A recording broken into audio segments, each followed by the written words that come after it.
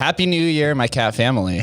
We're finally doing this again. Happy New Year. It's been gosh, it's been like 16,000 years in crypto, right? Yeah, I think last time I interviewed ponderware, we had Brooks instead of David. So thank you, David, for joining us this time. That had to be happy to be here. Had to be back in August. It was like kind of right in the most recent run up within the Mooncat price, but things were just getting started and there's been so many new features that have come out. The team's been growing. There's a lot to cover. I know that you guys haven't been able to discuss some things. We've been waiting for maybe this podcast or the right areas to kind of discuss it. For those who aren't familiar with ponderware, it's a Mooncat project.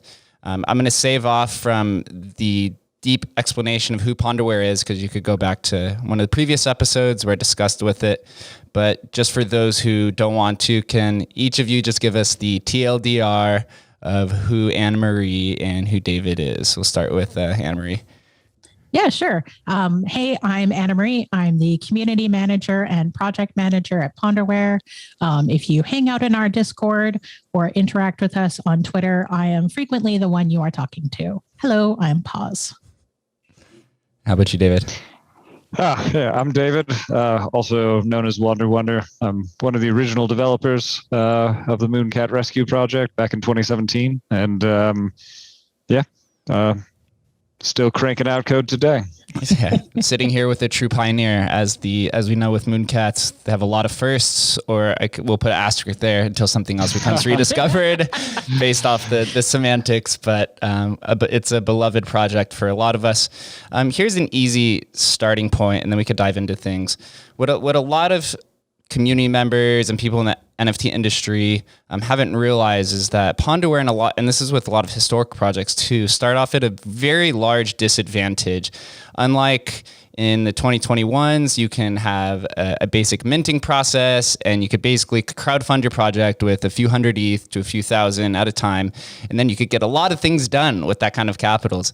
When you're a rediscovered project, you're basically starting off at zero and you're at a disadvantage because now price is fluctuating. You're trying to assemble a team member.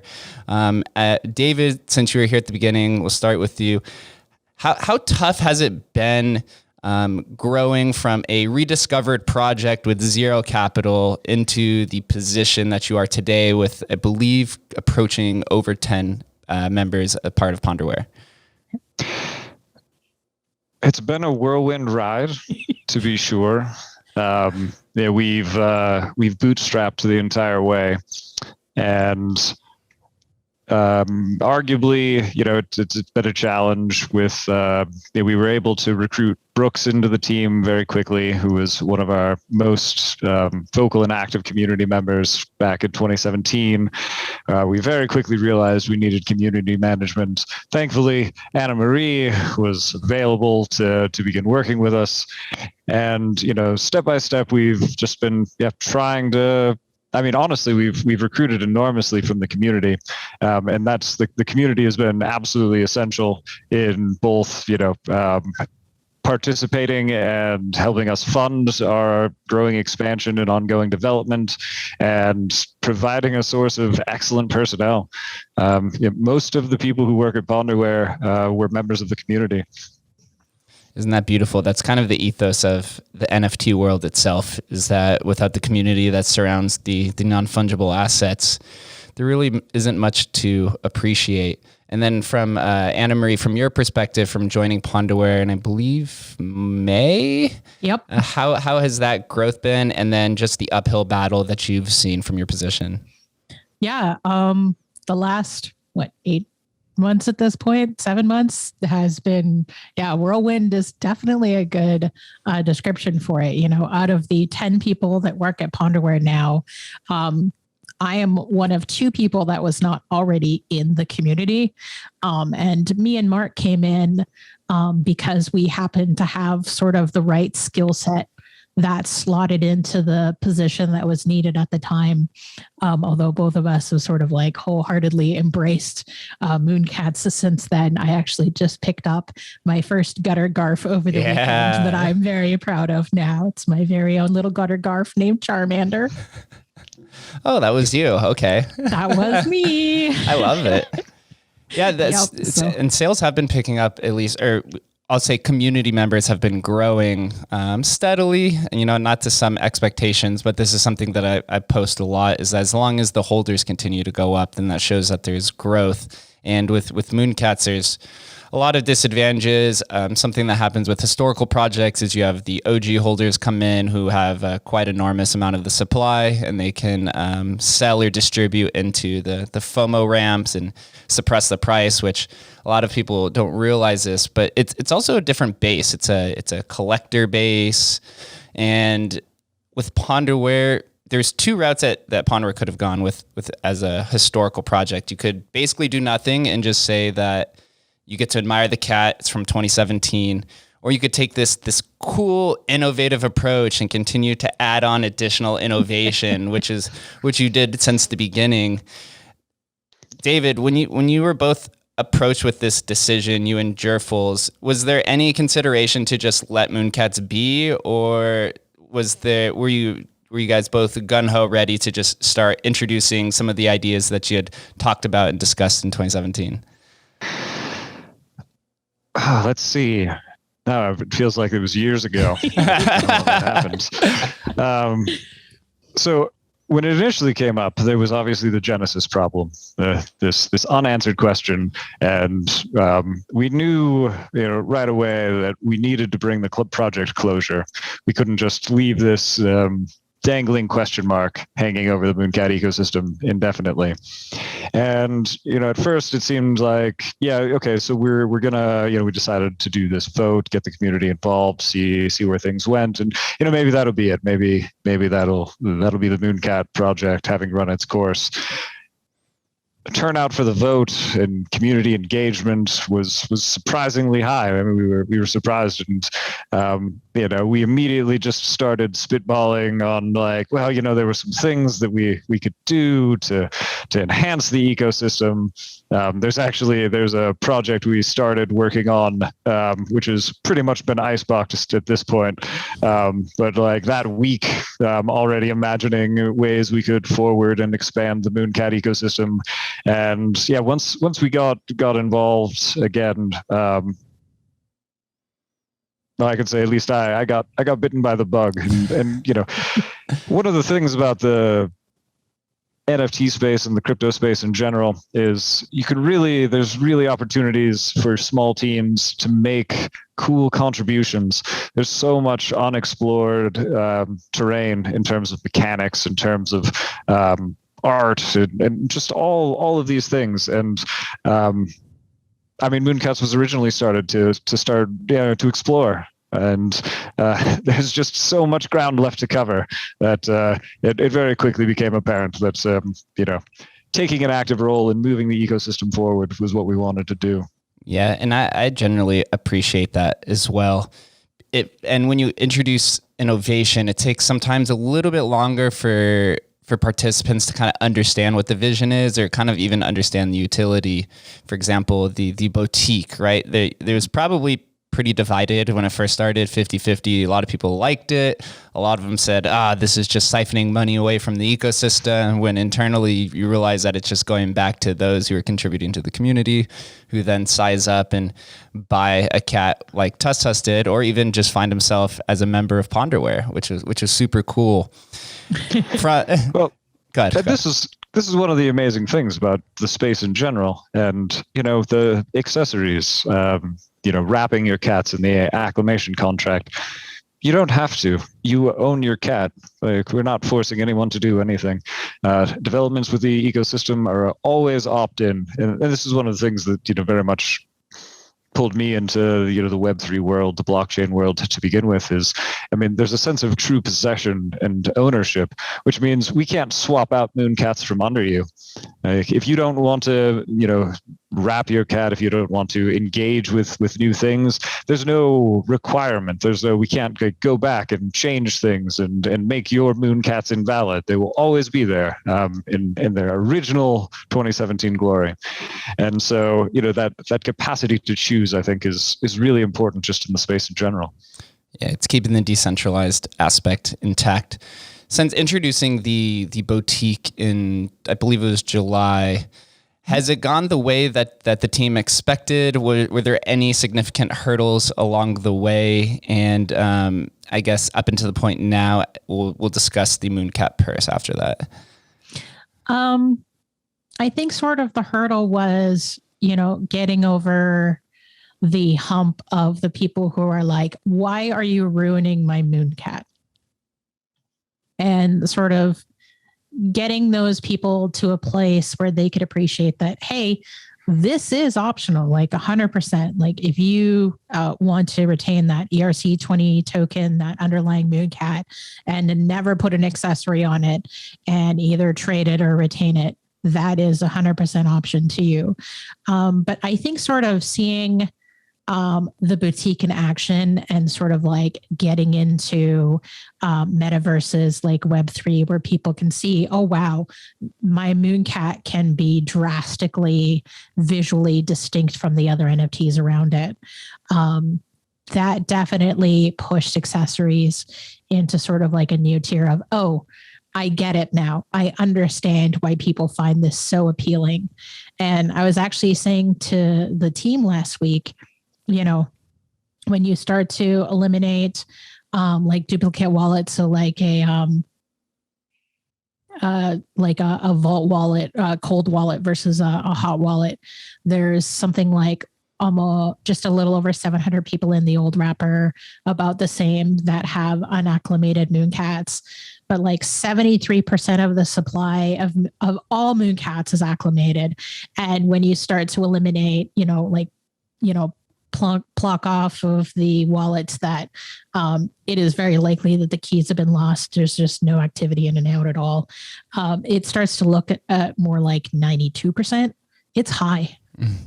That makes me really sad, because there's a few cats that haven't had any movement that I want to get really bad.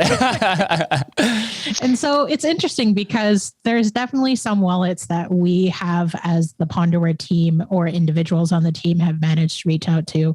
Midnight Lightning in particular, Brooks has reached out to some people and they're active. That is their wallet that they continue to use, but they're just not interested in selling or acclimating their Mooncats. And that's 100% okay. We want that to be your choice if it is yours choice.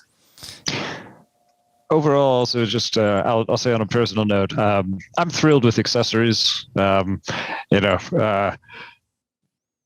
over 1,000 unique works of art, fully stored on chain, and watching the creativity of everyone go into that has just been enormously rewarding. The fact that go ahead.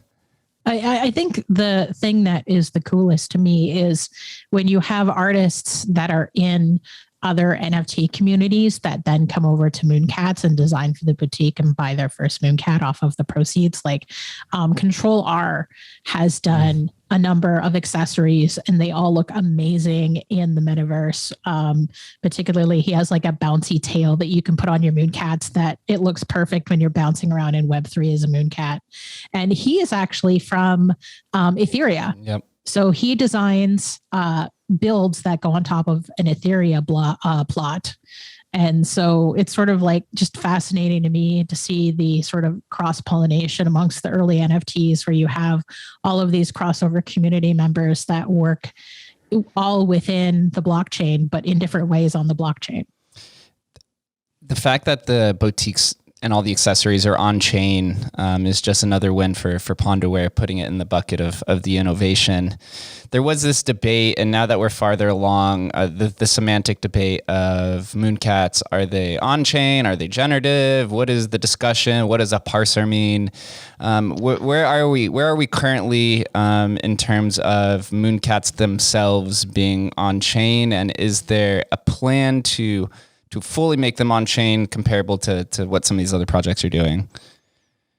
So David has been diving into this problem or dilemma, I guess, for the last 4 months. And we're really excited to finally be able to talk about it. So how much detail do you want to go into? Well, I suppose as much as I can get away with before you cut me off. So The answer is to like our MoonCats moving. Well, like how on chain our MoonCats is going to be totally. We're going for total on-chain representation of the MoonCats, and we're actually we've got a series of smart contracts which we intend to begin launching this week, and they will.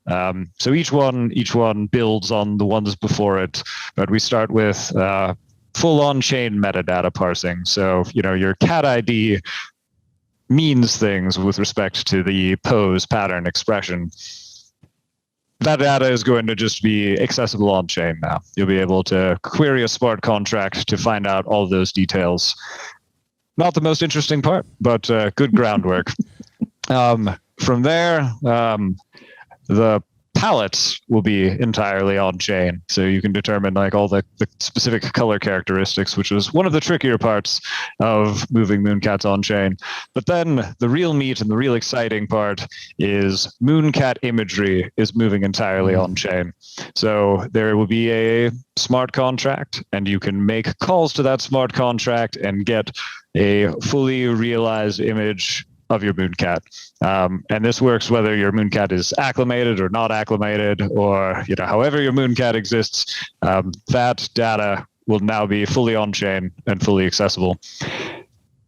One step further, accessory image generation is also moving entirely on chain, such that there's another function call that you can make to get a copy of your MoonCat with all of its accessories, or with a set of accessories it owns, or something like that, and get that image fully assembled on chain, as well as view individual accessories entirely on chain. And so this will be like, in the case of accessories, you will query the smart contract for like a specific accessory, and you will get back a PNG that you can use. You can view it. It's just a PNG file. For the MoonCat images themselves, they'll be SVG files. You'll have like an SVG of your MoonCat, and MoonCats, and we this has been a passion project of mine. I really feel like it closes the loop on MoonCats on the original NFT, and ensures that they'll never be lost in the ether. And David, I think, as he explains that, glosses over the sheer amount of just fiddly work that went into making sure that this all works accurately and doesn't break the bank at the same time. Because what we would end up with is, all right, here is the version of the smart contract, but it only works with about 23,000 MoonCats. And then we had to figure out, all right, what is the solution for the remaining 2,000 MoonCats? And a lot of that was just sort of like slowly chipping away to make sure that all of those edge cases were accurately represented and included in all of these smart contracts. It was a lot of work. That's absolutely beautiful. Yeah, the semantic debate of on-chain storage seems to never end. Two more, I guess, technical questions. One, since all of these contracts, I suppose, are being deployed on layer one, will this increase or decrease, or what type of effect does it have on the gas prices when you're exchanging MoonCats? And then were there any significant hurdles in deploying them on-chain as they currently stand as the ERC20 contract versus ERC 721? Like what are the complications between the two? So as a holder of MoonCats, there is no cost to you whatsoever. This is just a contract that can assemble all of the image data. You never have to pay a dime. Yeah, I mean, you can just put in your MoonCatRescue order. You can go to Etherscan, put in your rescue ID, put in your cat ID, and get the image of your MoonCat. So there will be no impact on gas fees for anyone doing anything. In terms of technical complications, the hardest part of moving MoonCats on chain was actually managing the color logic, because it is generative color logic, and the original library, the parser library, uses floating point arithmetic to determine the hue value of your cat. Well, Solidity doesn't have floating points, and it only has large fixed integers, and translating all of that was quite difficult. And what Anna Marie was referencing is you end up with it's very difficult to not end up with a lot of off by one errors. I mean, you can get cats like 99.4% color accurate, but we really wanted to make sure they were 100% color accurate. And so that involved just a lot of tweaking of the conversion algorithms, and then a small lookup table to handle just like the smallest group of edge cases we could arrive at. And I mean, even just making sure that all 4 poses were accurately portrayed correctly on chain by itself was sort of really interesting, because the standing pose, the eggplant Mooncats, the T of their tummy was just not showing up accurately on like a third of the Mooncats for reasons that I was never quite sure why it was doing that, but it was definitely doing that, and it had to be corrected. And so Brooks actually built an excellent and clever testing harness. So we actually generate the original Mooncat image using the Mooncat parser and do a visual comparison. Like we sample that image and we sample the chain generated image to ensure that they are correct. Caught a few things that way. But yeah, so over this coming week, we're gonna go through the contracts with a fine tooth comb, make sure everything is just really, really tightened down. And actually, one of the things that we're releasing as a part of this suite of smart contracts is actually a meta contract that functions as a reference guide. So all of the contracts of the Mooncat ecosystem, including the original MoonCatRescue contract, the acclimator, accessories, all will actually get entries in this documentation contract, which will include the name of the contract, a description, and just like base reference, as well as an IPFS link to the entire contract code and supporting documentation and things like that.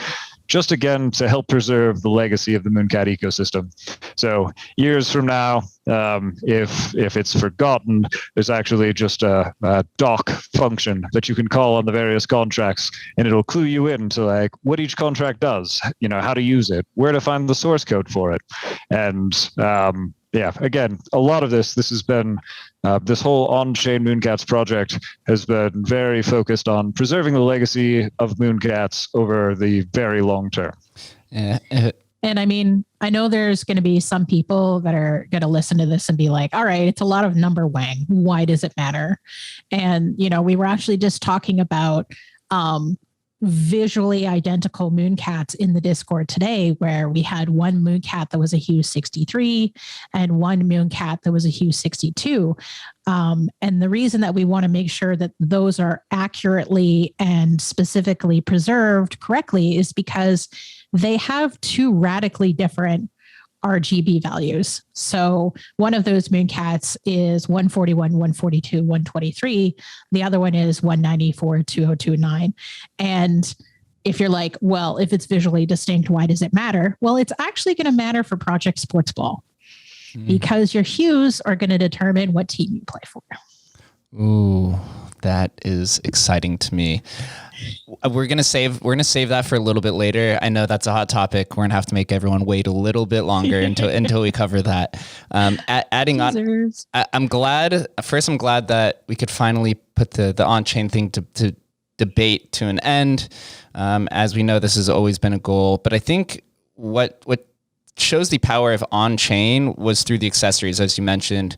World Wide Web, Thomas has done a great job integrating Mooncats and kind of capturing the power of the boutique.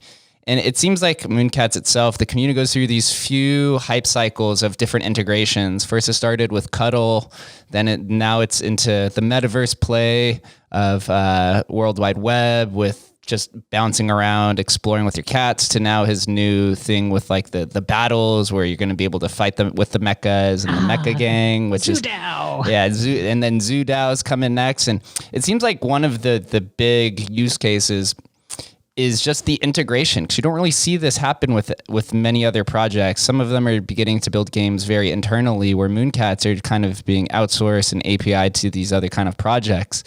Do you have any thoughts on that? And what other further steps do you see this happening within MoonCats and in these other worlds?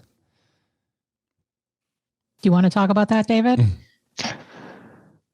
Well, I mean, I'll just technical and like MoonCats is very well suited to these kinds of integrations, and we're very, very supportive of it. And while our relatively large, we've always considered our relatively large asset collection size to be a strength. While it decreases scarcity, it also the increase in community and broad-based interest means that, like, when you implement when you bring MoonCats and accessories into Web or Zoo DAO, you automatically bring in a much larger community of people, and so it ends up working to everyone's advantage in a large number of ways. Yeah, and I mean, particularly in terms of Web, these projects being able to integrate MoonCats, I kind of just smile and I go, great, working as intended, because we have all this documentation on the Mooncat community website where it's like, if you want to build with MoonCats, here's how you call the API. Get in touch with us if you want to call like the boutique ABI. Like, if these are things that you want to do, we have the tools for you to do it. And we are happy to help you support you in whatever ways you need to make it happen. That's the one powerful component of the community why I always stay very interested, is just the intellectual capital that sits within the Mooncat ecosystem is astounding. I really haven't come across anything like it. And also just the openness to education and the tooling that sits around it.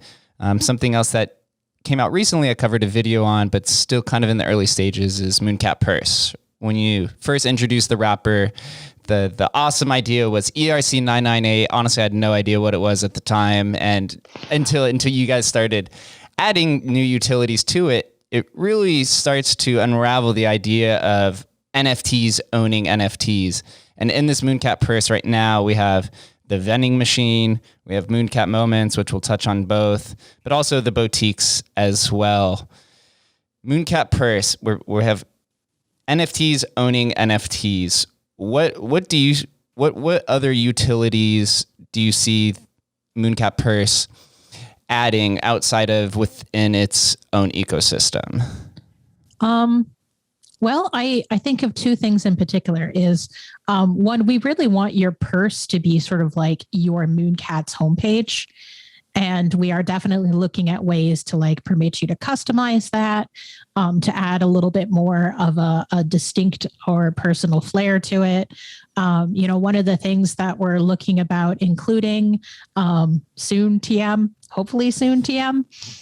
is messaging, because, as a Web3 community, we are still sort of doing a lot of our messaging in the Web2 space.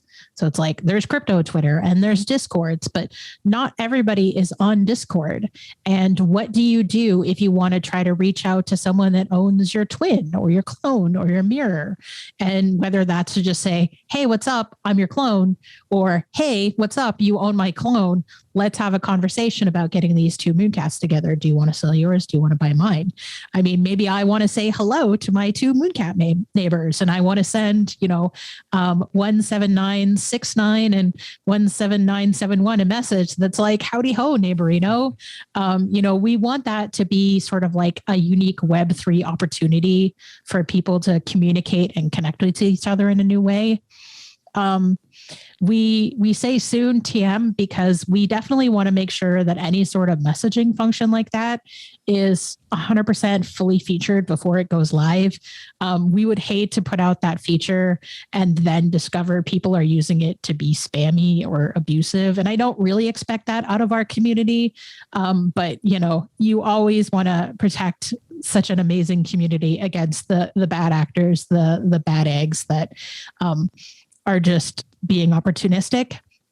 And so we are definitely putting a lot of thought and iteration and internal development into it before we put it out to people. But yeah, we definitely want Purse to be like your home in the MoonCats ecosystem. Another thing that we really want to do is, at the moment, transactions on the boutique, if you are a designer, don't show up really well in something like MetaMask. They do show up really well in Rainbow. But even on Etherscan, it comes in as an internal transaction. And so it can be sometimes really challenging to track how many of a thing that have sold or who they sold to. And we definitely want to improve that sort of experience for the designers. And we're going to do that inside of Purse. With respect to the 998 functionality in particular, obviously NFTs, owning NFTs is cool, interesting. has some interesting character. I mean, obviously we've started using that for Mooncat moments, which are community group photos of various Mooncats that are distributed directly to the Mooncats that participate, which actually, ends up being an interesting dynamic, because all of a sudden, you're tying a giveaway or a feature, something, to the asset itself. So if you were a part of the Fright Night community image and then sold that Mooncat or gave that Mooncat to a new home, and in the meantime, that Mooncat actually gets that moment and gets to store it. But it also raises some interesting prospects, and something that we expect to exploit in sportsball is locking multiple NFTs simultaneously to enter an arena, if you will. So yeah, the things a Mooncat possesses can come with them into a game or other venue, or possibly cross chains.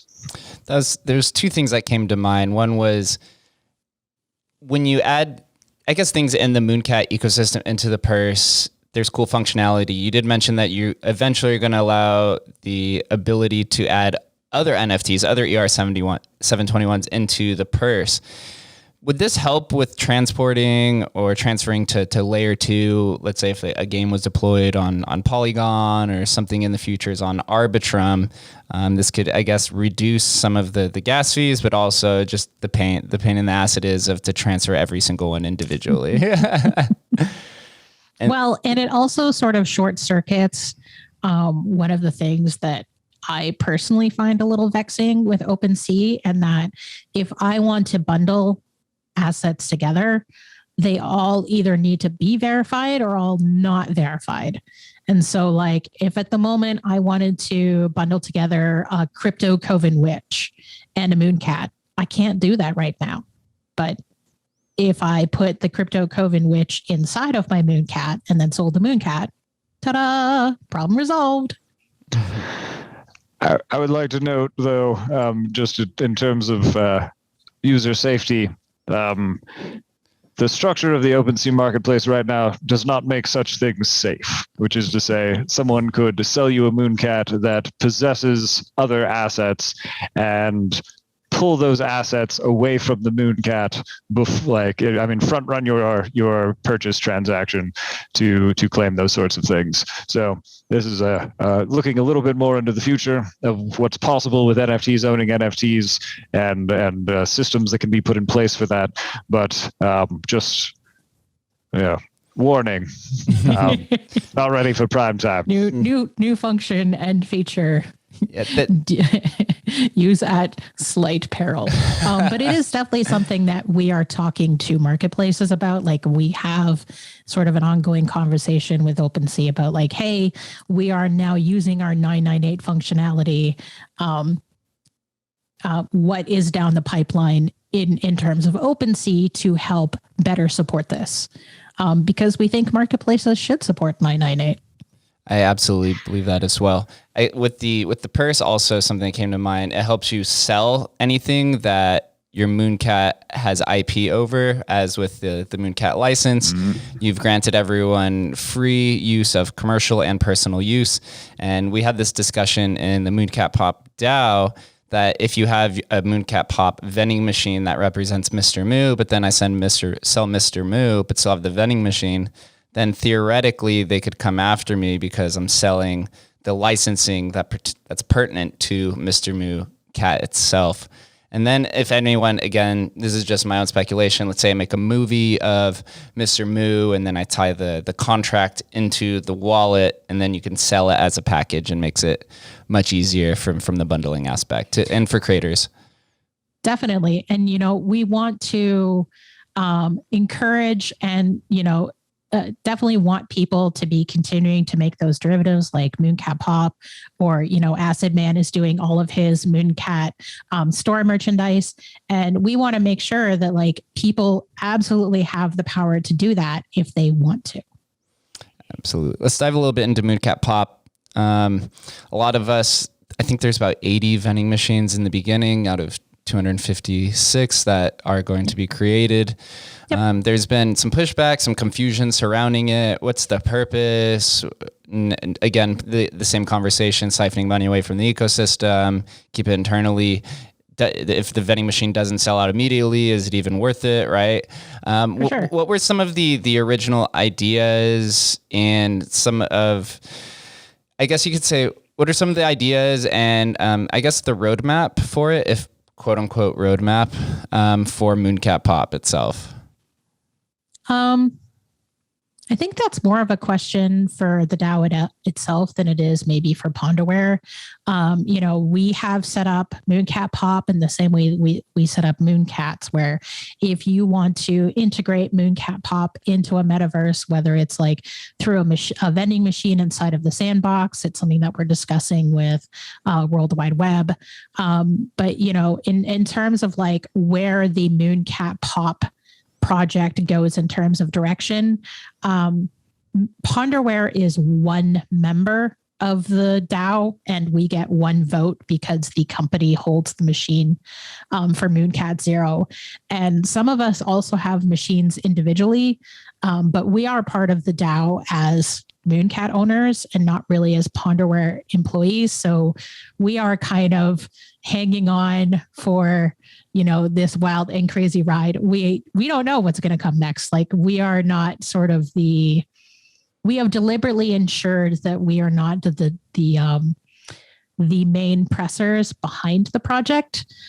We want to leave that in the capable hands of the DAO members. And honestly, the DAO has already sort of, blossomed much faster than I think maybe some of us had originally anticipated. Like there's like a council now, and there's people that have roles. You have one of the roles, and sort of seeing everybody come together and all contributing has been really fun to watch. Yeah, I really like the leadership aspect to it. They originally asked me to be the head person of it, but I said I think it's time for somebody else to step up and find some purpose within the Mooncat ecosystem, and everyone really responded to that. And so these kind of like, I guess you could call them these experimental ideas and NFTs, maybe they don't have immediate fiscal returns, but there are a lot of social returns in terms of the community. And this is kind of an idea I try to talk about a lot, is the idea of social capital, and NFTs allow the scaling of social capital much faster than anything that's probably ever existed. So it's very beautiful. I mean, without wanting to, spoil some of the secret stuff that's going on in the DAO, you have people like Acid Man who have tied, hey, if you own a pop can, you get a coupon for a free item out of my store. There's Digivatar who's like, hey, if you own a can, you can get one of my accessories for free. You can get an accessory that costs more than the Mooncat Pop can itself if you particularly want that one. We actually had a really great meeting with the speaker of the Meow last week, and we are very curious to see what the DAO does with that particular piece of information, but I don't want to spoil anything. Two logistical points, and then we'll move on. Is there any planned inclusion for Mooncat Pop can owners that I guess would reap some of the same benefits as Mooncat owners in the eventual growth of the Mooncat ecosystem? And then when, or is there a tentative plan to release the second round of vending machines? So I would say that we are exploring some options for providing utility specifically to pop can holders in ongoing projects. Turns out MoonCats love pop. You could even say that they're a little juiced on that pop. Sounds like some secrets right there. And then is there a plan to, or is there a tentative date for the second round of vending machine releases? So at the moment, we're targeting somewhere in Q1, but it's actually something that we want to work with the DAO to, establish the set date. And, one of the aspects, and, not to go into too much detail, but part of what our proposal to the DAO involves is marketing for Mooncat Pop and things like that. And as you and the entire community is well aware, marketing has not exactly been ponderware's greatest contribution to the Mooncat ecosystem. And, experiments like the DAO are part of a multi-pronged process of, trying to organically and ethically expand our marketing and Mooncat awareness across the ecosystem. The general marketing in crypto and NFTs right now just surrounds the idea of like pumpamentals, right? The marketing is just increasing the price, but when you're introducing innovation that isn't seen for its future utility immediately, that price doesn't become priced in until later, until you have things like World Wide Web come in and integrates and kind of showcase those problems. How tough has it been for ponderware to market in a Web3 world when primarily the marketing exists in a Web2 world? That's been challenging, if for no other reason than it actually took us forever to get established as a Web2 business. You would be amazed how hard it is to get a bank account when you're an NFT business. Like, no one wanted to talk with us. And even the banks that were sort of advertising themselves as crypto friendly were like, yeah, we've taken on too much risk this year. Go away.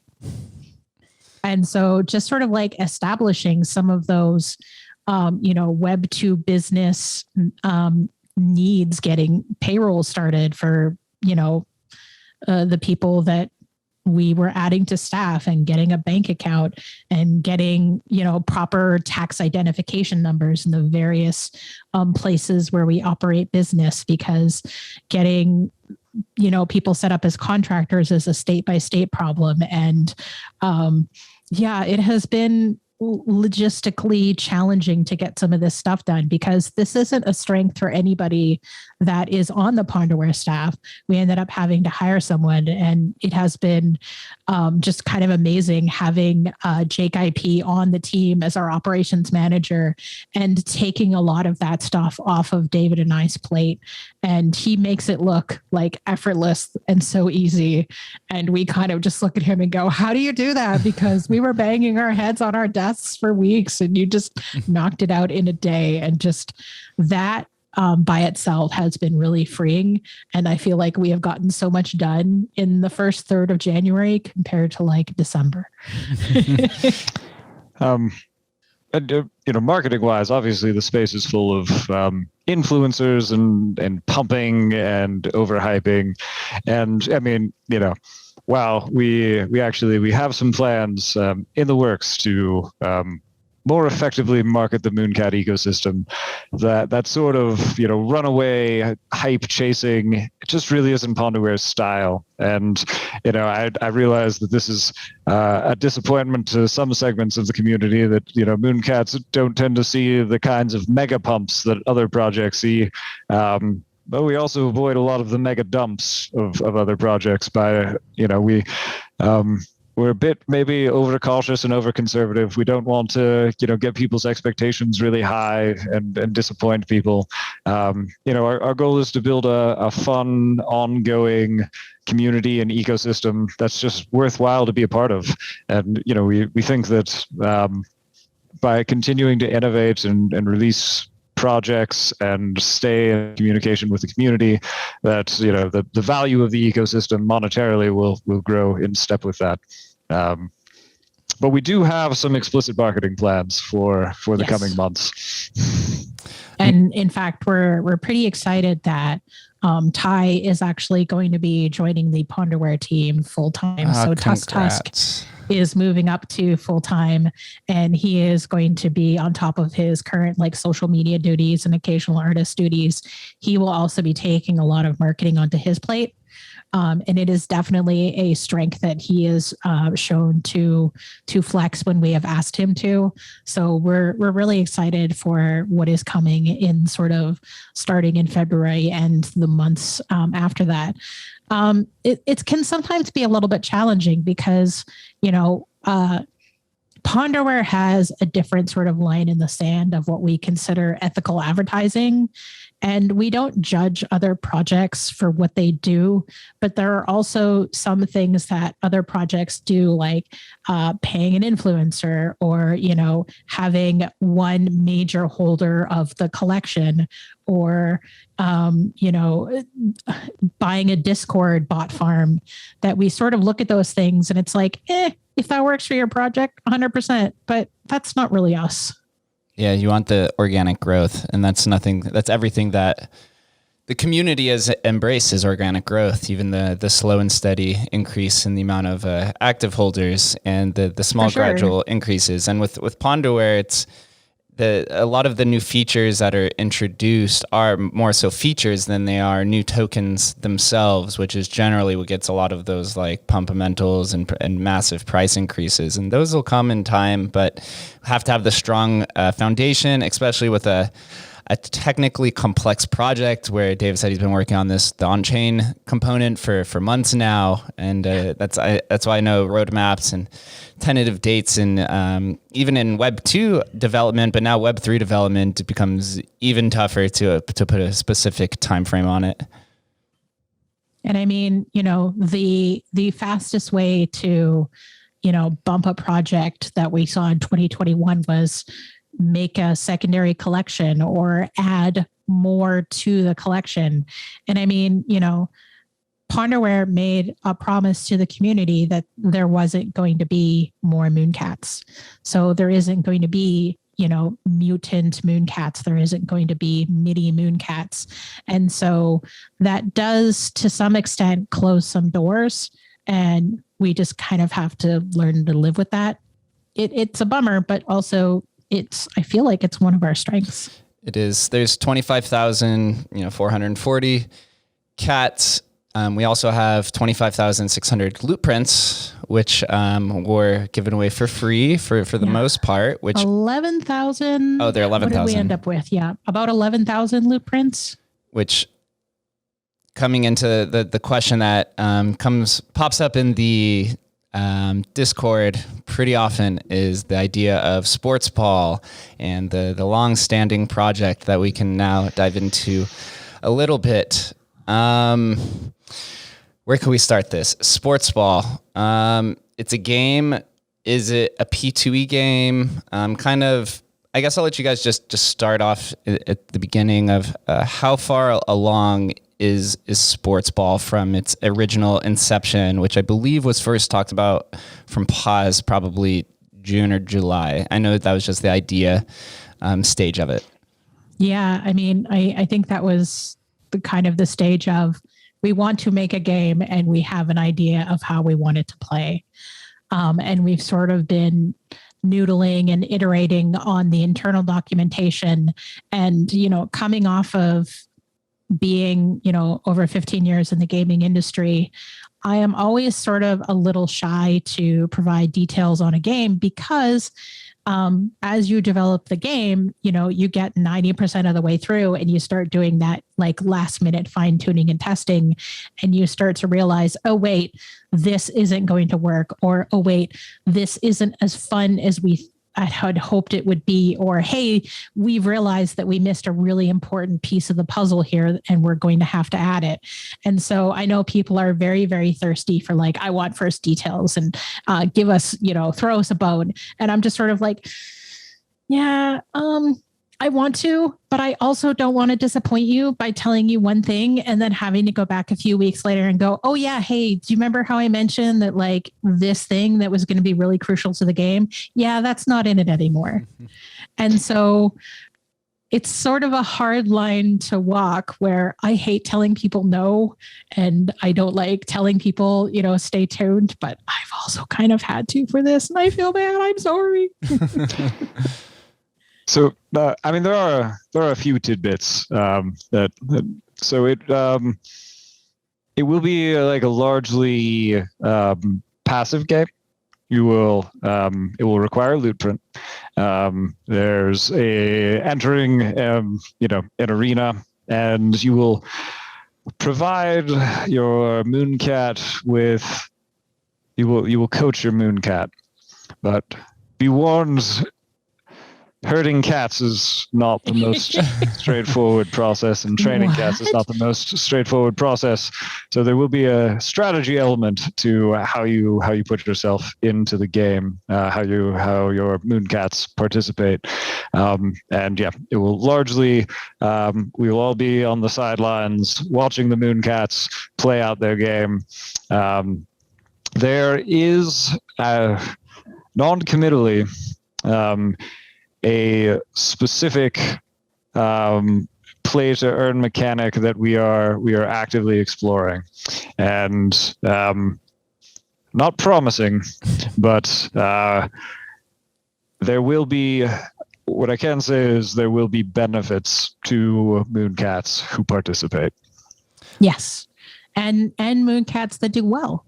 So, if you are giving your capricious Mooncat orders or coaching that it does not particularly want to do, you may find that you are less beneficial to the team than you would hope. So there is definitely a mix of strategy of like, all right, what loot print do I bring into this game? Because your type of spaceship is going to matter. Which Mooncat do I bring into this team? Because the hue of your Mooncat dictates what team that you're on. And you may decide you want to stack a particular color. How many bays is on my loot print? That's going to be relevant to your match. And so there's going to be sort of a lot of strategizing, both before you enter the game, how you enter the game, and what actions you take during the game. Interesting. This sounds like it's going to be a very unique game that exists in the crypto world. Right now, two of the primary P2E mechanics that I see is some sort of staking component. And I've seen staking, there's like a rarity staking system, which I believe Sappy Seals has done. And in order to play the game, you have to stake the seal, which therefore takes it off the market, which then increases the value of the whole ecosystem because there's a less supply that's available, and then the rarity has an aspect to it. And then some of these people, which we see with Bored Apes and Cool Cats and a few others, they're introducing ERC20 native token, which each has their own utility to it. Has ponderware, you don't have to say yes or no, are you plan to implement one of these, or at least explored all of these options for the game? So there is we are very actively considering the release of an ERC20 token that has specific utility in the Mooncat ecosystem. Amazing. And in terms of exploring the ideas, has there been a large concern, or at least has ponderware received any sort of consultation on the legal ramifications surrounding P2E tokens in the game itself? So we are essentially doing our best to avoid running afoul of gambling laws in various jurisdictions. But also, we don't want to create things that, might create personal problems for people. And so, that's largely, that's one of the biggest concerns with the P2E ecosystem is, how much are the mechanics skill-based? How much are the mechanics just, games of chance? And again, I mean, we're not coming at this from a place of judgment. We just want to steer clear of any potential legal pitfalls as well as we can. And so, even in the case where we release an ERC20 token, it is our express intent to make that ERC20 token, functionally valuable in the ecosystem, with the hope that direct market value, if any, is secondary to its utility. Absolutely. I envision a world where the token can be used in the boutique and some of the other internal features that become added over time. So, gee, wouldn't it be interesting if you could buy accessories with sportsball tokens that would directly impact your sportsball playability? Which therefore affects what your cat looks like, and all of the different can add some different boutique designers into the world. One of my original ideas, or cool, I guess you call it, back on the topic of marketing, was get one of these Web 2 or legacy companies to come in and design in the boutique, right? Like a Coca-Cola comes in and creates a Coca-Cola can and can sell it of that nature.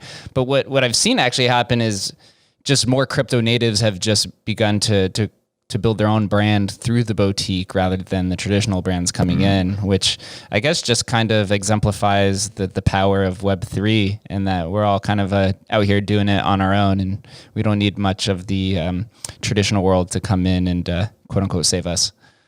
Well, and I mean, we are 100% not opposed to sort of like Web 2 branding coming in and working within the ecosystem for MoonCats. Like we shoot our shots. We reach out to people on social media. We send emails to people. Cold calling sucks, but we do at least make the attempt.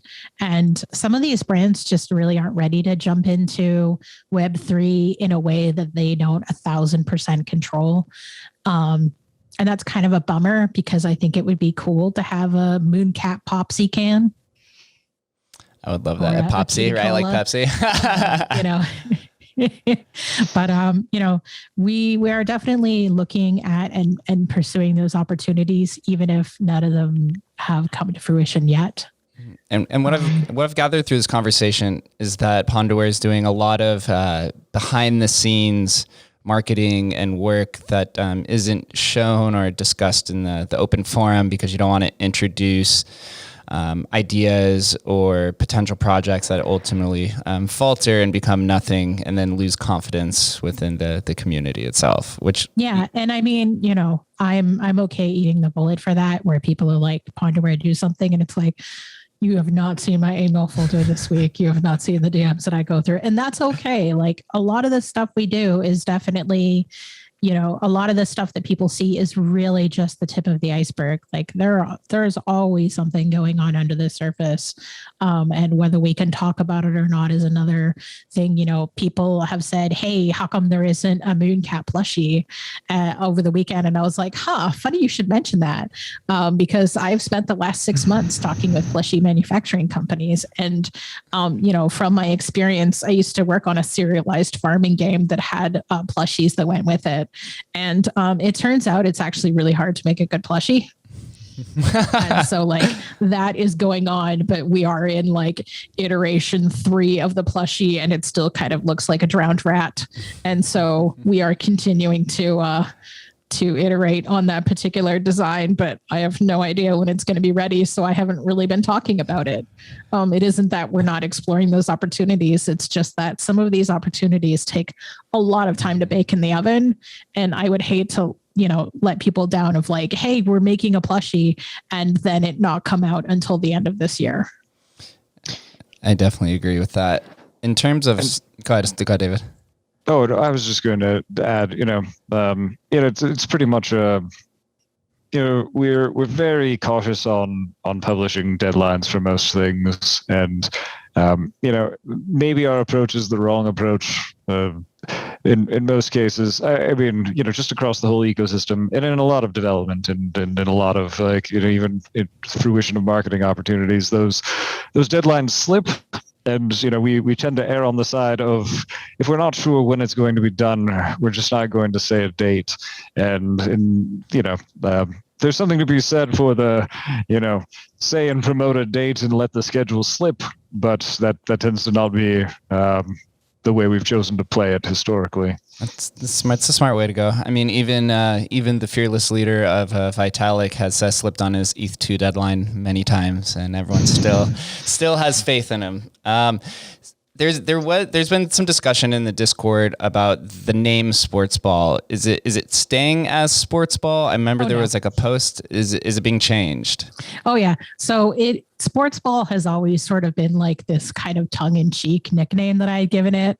And I mean, it was Project Sportsball when I initially announced it, and then that got shortened a little bit. But I mean, probably the end of this month, we're going to be revealing the official name of the project, and we're going to be revealing a lot more details. And I'm hoping by the end of the month, we will have a UI mock-up to share with people. Although that is like, I'm going to cross all of my fingers and all of my toes, and like the stars really need to align with Jupiter and Mars to make sure that all of these things get done in time. Because the more time that we spend on creating announcements and samples, the less time we are actually spending working on it. And so it's a matter of balancing between those two. And January itself is kind of a bit of a whirlwind month. We have another company that we're working with for their project. And then we have Starcade that we're working with.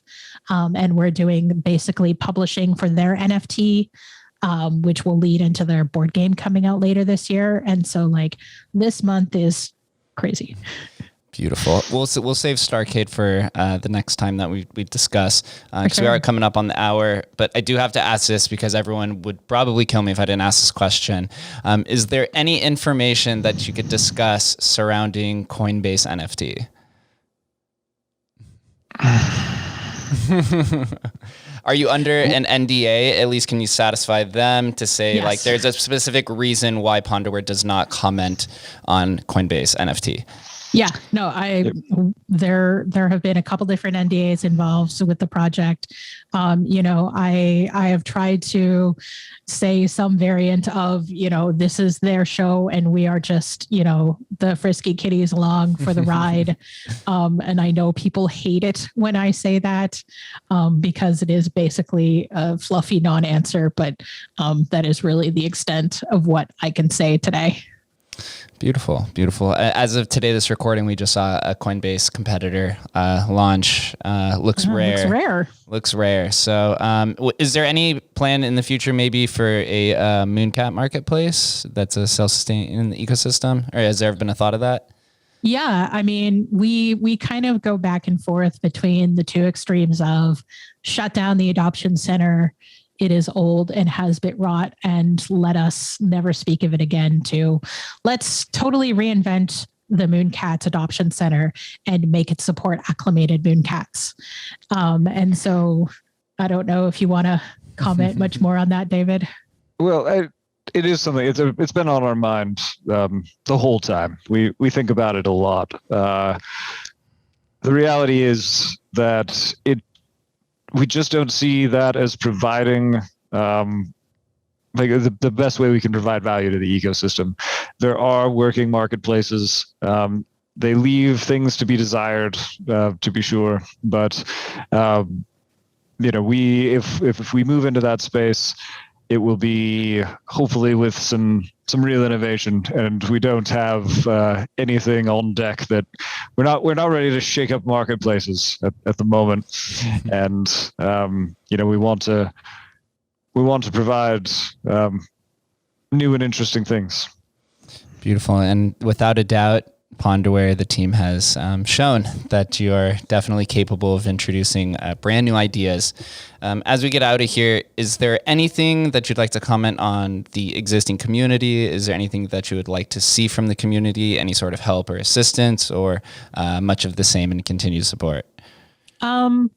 I think when people sort of come to me and say, hey, I love MoonCats, I want to be more involved with MoonCats, what is the thing that I can do? And basically spread the word of MoonCats. Tell people who haven't heard about MoonCats about MoonCats. I love seeing the hashtag MoonCats on Twitter. I love sharing content from Mooncat owners. We are looking forward to new ways to showcase people that have like specific MoonCats accounts. But yeah, we just want people to spread the word in relevant and respectful ways because no one likes a spammer. We definitely don't like spammers. We had, before we installed quite a number of bots, a big spamming problem in our own Discord from other projects doing it. And, the lesson there was like, we don't want to be that. The acclimation education, getting people to move from the old wrapper or from wild into acclimation and sort of catching people up on the benefits, like, looping us into conversations that is like, hey, did you know that you can get an ENS domain for your Mooncat for free? You just pay gas. And like, we ended up having that conversation with 3 or 4 people over the weekend just because someone in a thread was like, hey, did you guys know that you can get an ENS domain for your Mooncat? And people were like, what? How do you do that? And like, that was an amazing, like authentic, totally organic way of someone mentioning this feature. And we were able to jump in and be like, this is how you do it. You go to the Mooncat name service, you drop in, the Mooncat you want to announce, and there you go. There's your Mooncat ENS domain. And people were sincerely excited about it. Spread the love. Yeah. And, I just want to take another opportunity to personally thank you, Jake, and thank the entire community. We really have a great community. It makes everything that we do feel worthwhile. And we really enjoy the community engagement and sincerely hope that the community feels that we listen to them and, the dialogue there is strong. And, that's something that we certainly want to foster because we're all in this together. That we are. I read everything that's on the Discord. I share, everything that makes sense to share with, the broader team. We have conversations. We even had a conversation this morning that it's like, hey, this is a pain point in the community. How do we solve this? And, we are always thinking about ways that we can bring, added value to just holding a Mooncat. And also, that is the valuable action.